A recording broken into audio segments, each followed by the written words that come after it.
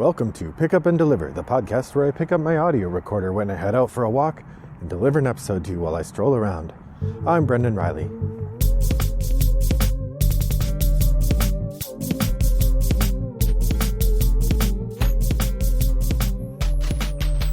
Well, good afternoon, listeners. It is a beautiful March 2nd here in suburban Chicago. The sun is out. It's 45 degrees Fahrenheit, which is, I don't know.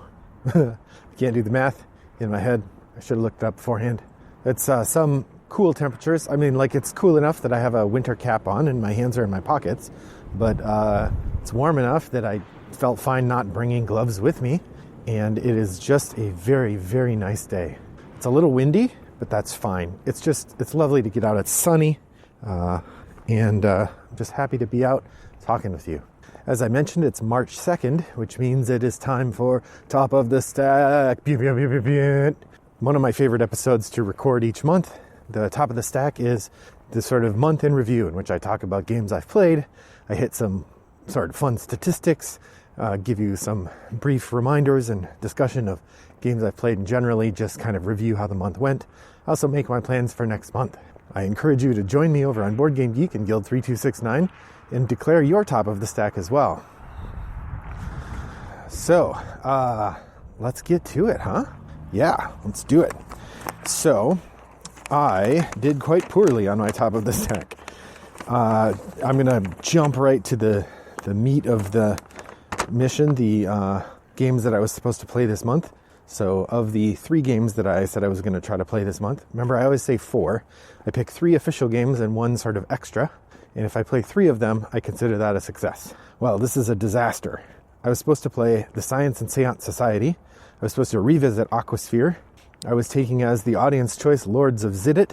And as a reattempt, I was trying once again Teach You. So how did I do? Science and Seance Society. My wife and I read the rules. We were all ready to try it. And then we didn't get it tried. And we never came back to it the whole month. Oops. I think it probably will get played in March. But we'll see. It did not get played in February. Aquasphere. Never even got it off the shelf. I don't know when I was thinking I would play it. I guess I was thinking there might be a solo mode and I could try that somewhere. But just this month ended up very busy.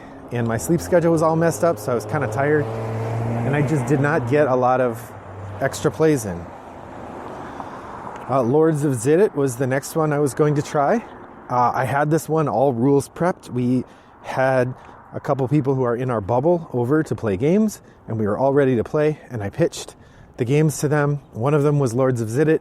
It's not the game that got picked by the group, so back on the shelf it went.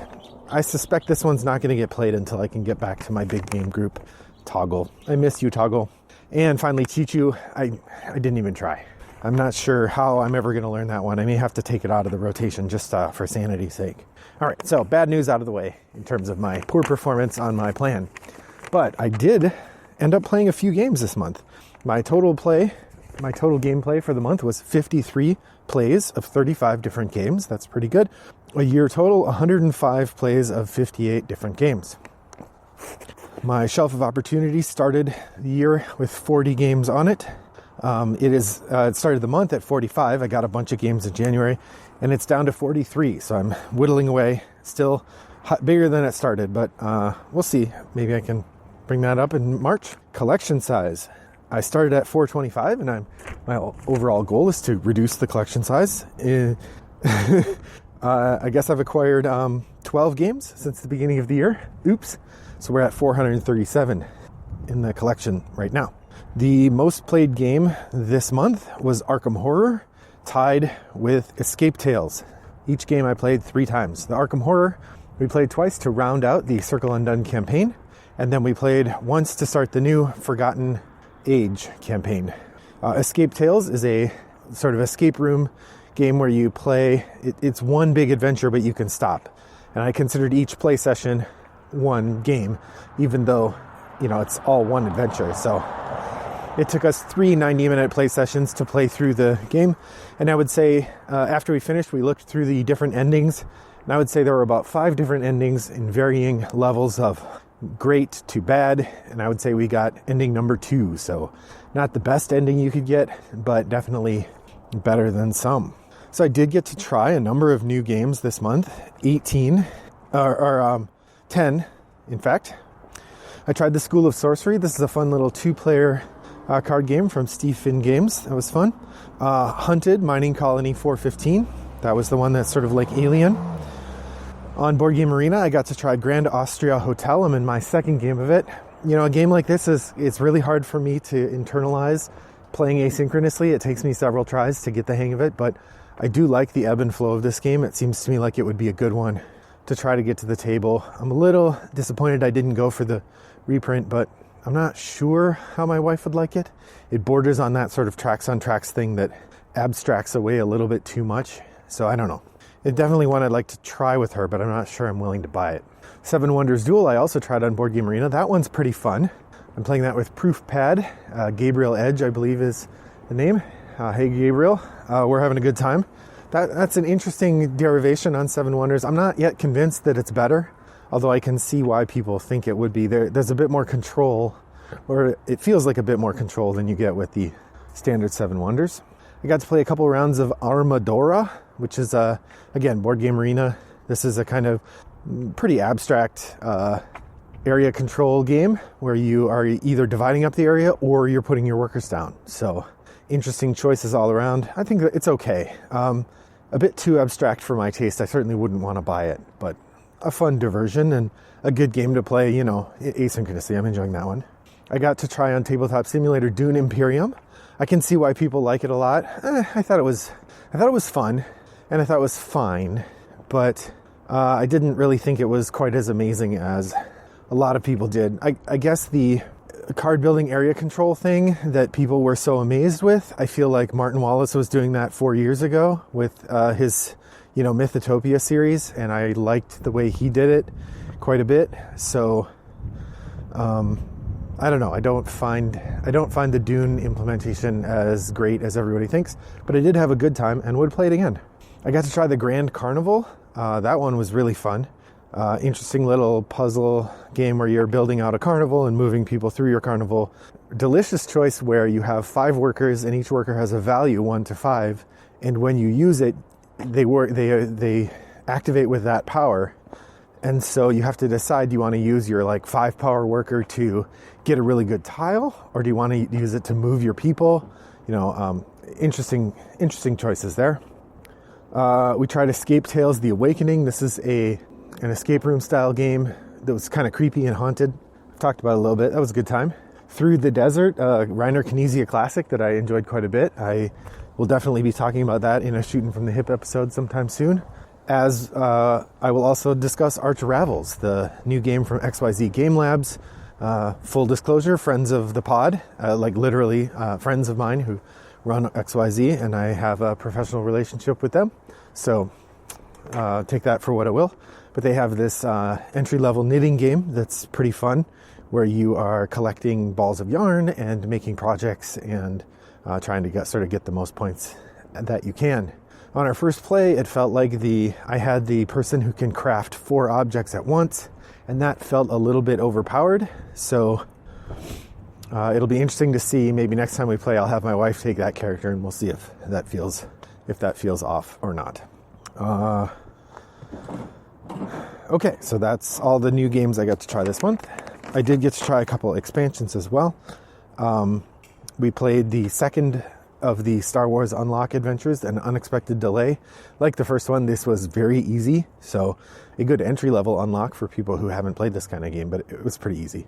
The Everdell Belfair expansion was fine. Didn't have quite the game-shaping changes that Pearlbrook introduced, but it did add some new things to consider, and I think will warrant more play. I'm certainly happy to have it and looking forward to continuing to buy the Everdell expansions. In fact, I think they just announced 2 more and a Everdell big box that'll hold everything, so I expect I'm sinking more money into that franchise.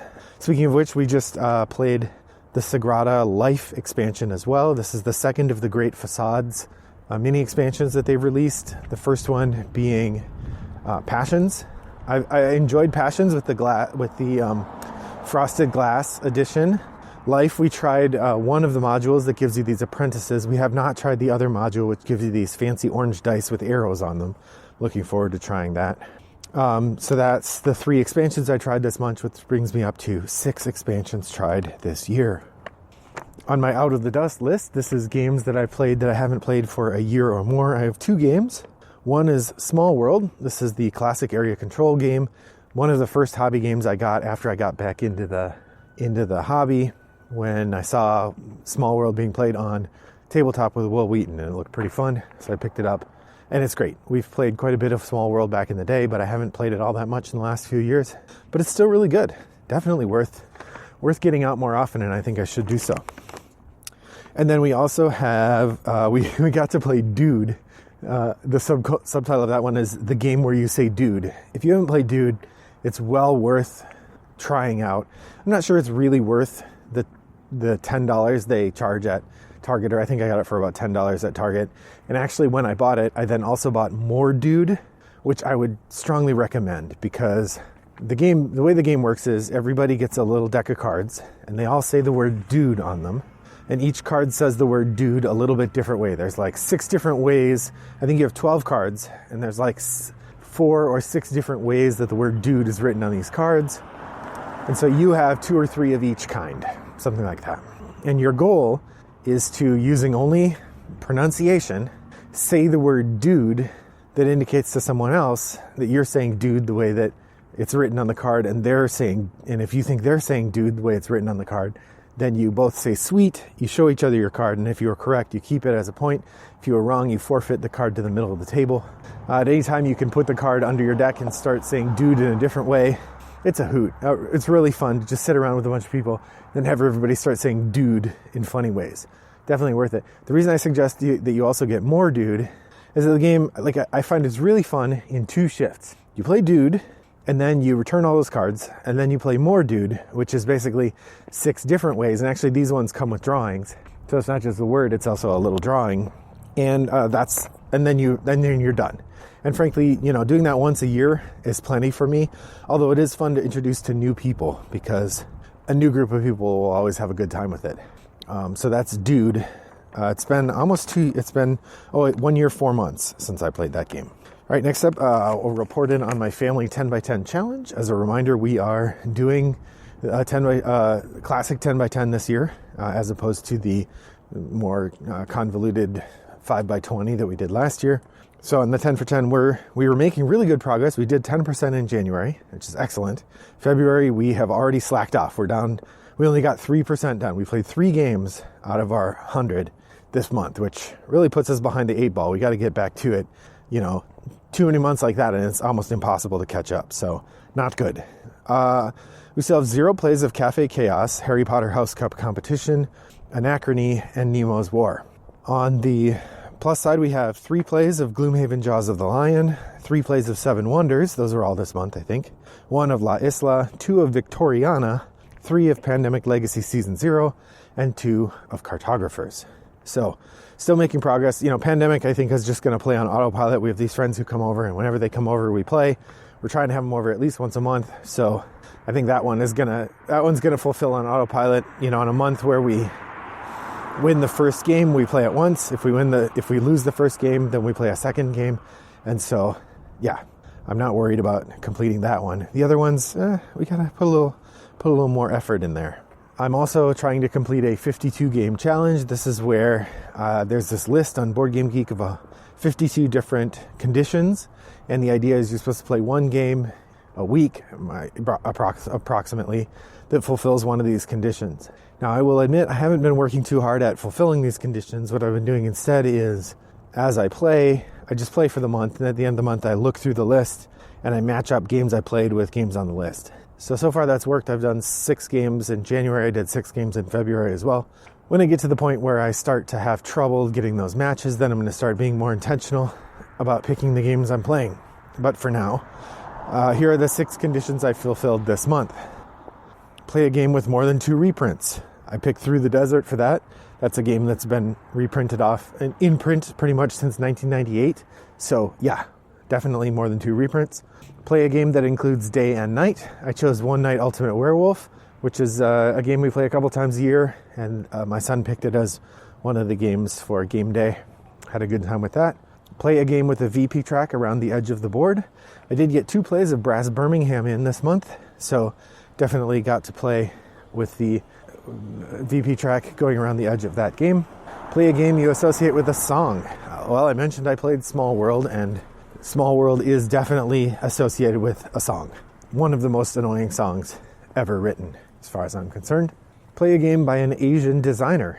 For this, I picked Deep Sea Adventure, something we played at one of the Toggle live streams, which are every Tuesday night. If you would like to join us, search for Toggle Gaming Community on Facebook. That's probably the easiest way to find the instructions about how to meet us. Or you can go to togglegaming.com and click events, and you will see the weekly posts that I make about whatever the live game that we're playing is going to be. But anyway, we played Deep Sea Adventure, which is produced by Oink Games and designed by, I believe, Japanese designers Jun Sasaki and Goro Sasaki. Apologies to Jun and Goro if I pronounced your name wrong. And finally, play a game that was published in 2021. So this would be Gabe Barrett's new game, Hunted Mining Colony 415. Fits that bill perfectly. So I'm now up to 12 games out of the 52 by the end of February. Of course, if I were doing 4 a month, that would be just right. So by doing 8 a month, I'm really staying ahead of the pace. Actually, 6 a month, I'm ahead of the pace.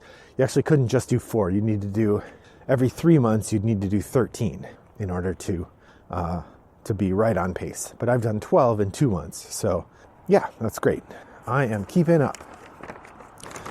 I did not make much progress on my leftovers list. That's fine. I don't actively do that, although I should make a little more effort. On my shelf of opportunity, I'm not doing a great job, as I said. I'm at 43 games unplayed, so that's not the best. Keeping track of my organic X for X. This is the other way, the alternate way that I might get a 10 for 10 would be organically. My rule for this is I'm using my board game stats app to track this, so it counts digital plays on Board Game Arena, anything I log. So take that for what you will. As of right now, I have an H index of 4, meaning I have a 4x4 is the best I can do, and that would be with Wingspan, Armadora, Innovation, and Welcome To. I'm sure Armadora will not stay in the running for that. I don't really plan on continuing to play that once I'm done with the current tournament I'm involved in. So I don't see that one staying in the list. It'll probably stop at 4 or 5. In fact, I think I don't have any more games of it scheduled right now, so I might be done with that. I already mentioned the new games that I got this month, Hunted, Through the Desert, and Arch Ravels. And for my top 50 challenge, I have not really made any progress there either, which is worrying. I probably need to put more effort into that if I want to score on it. So all that leaves then is for us to talk about next month. So as you know, the last thing I do in the 10 for 10, or in the last thing I do in the top of this stack is pick next month's games. Because I've been having so much trouble completing this, I kind of want to jumpstart the process. So I picked games that I'm really enthusiastic to play, and I think will be easy to get to the table.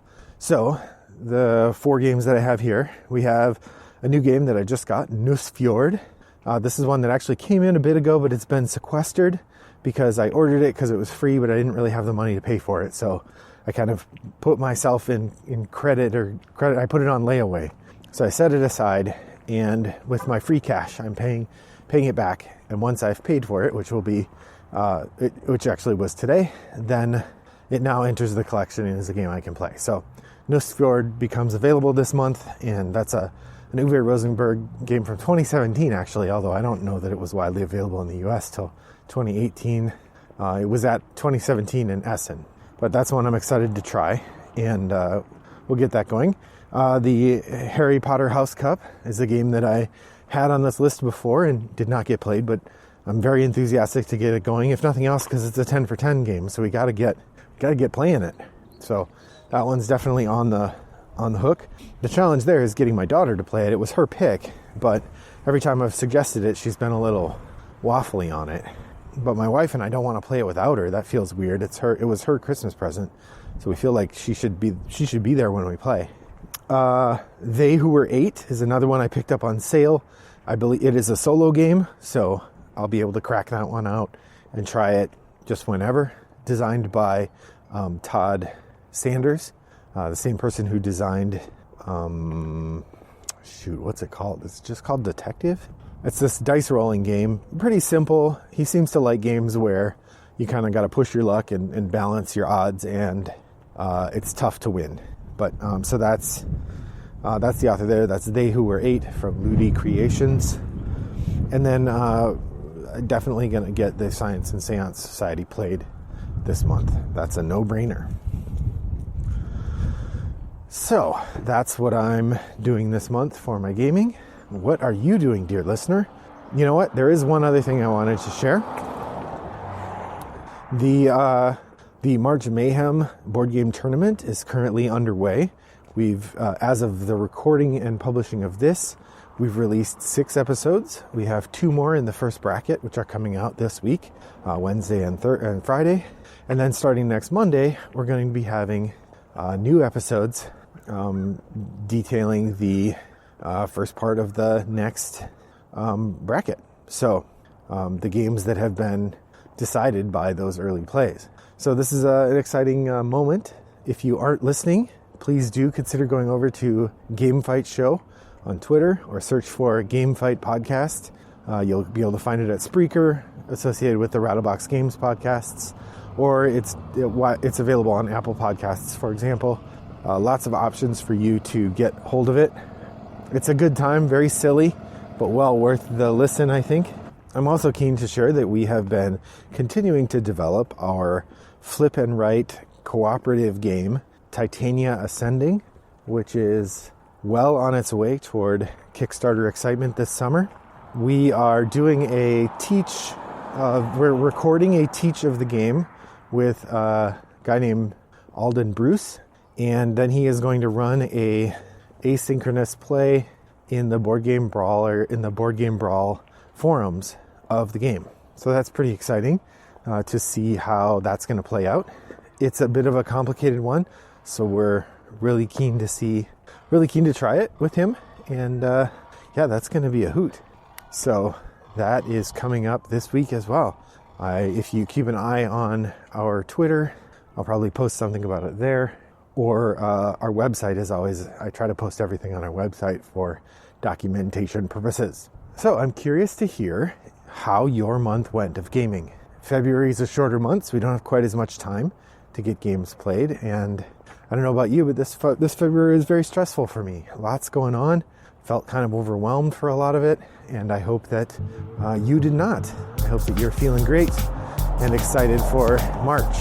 Head over to Board Game Geek Guild 3269 and share your top of the stack. Let us know what you're thinking of doing in the coming month. All right, well, that's about it for me. Thanks for joining me on my walk today. I hope your next walk is as pleasant as mine was. Bye-bye.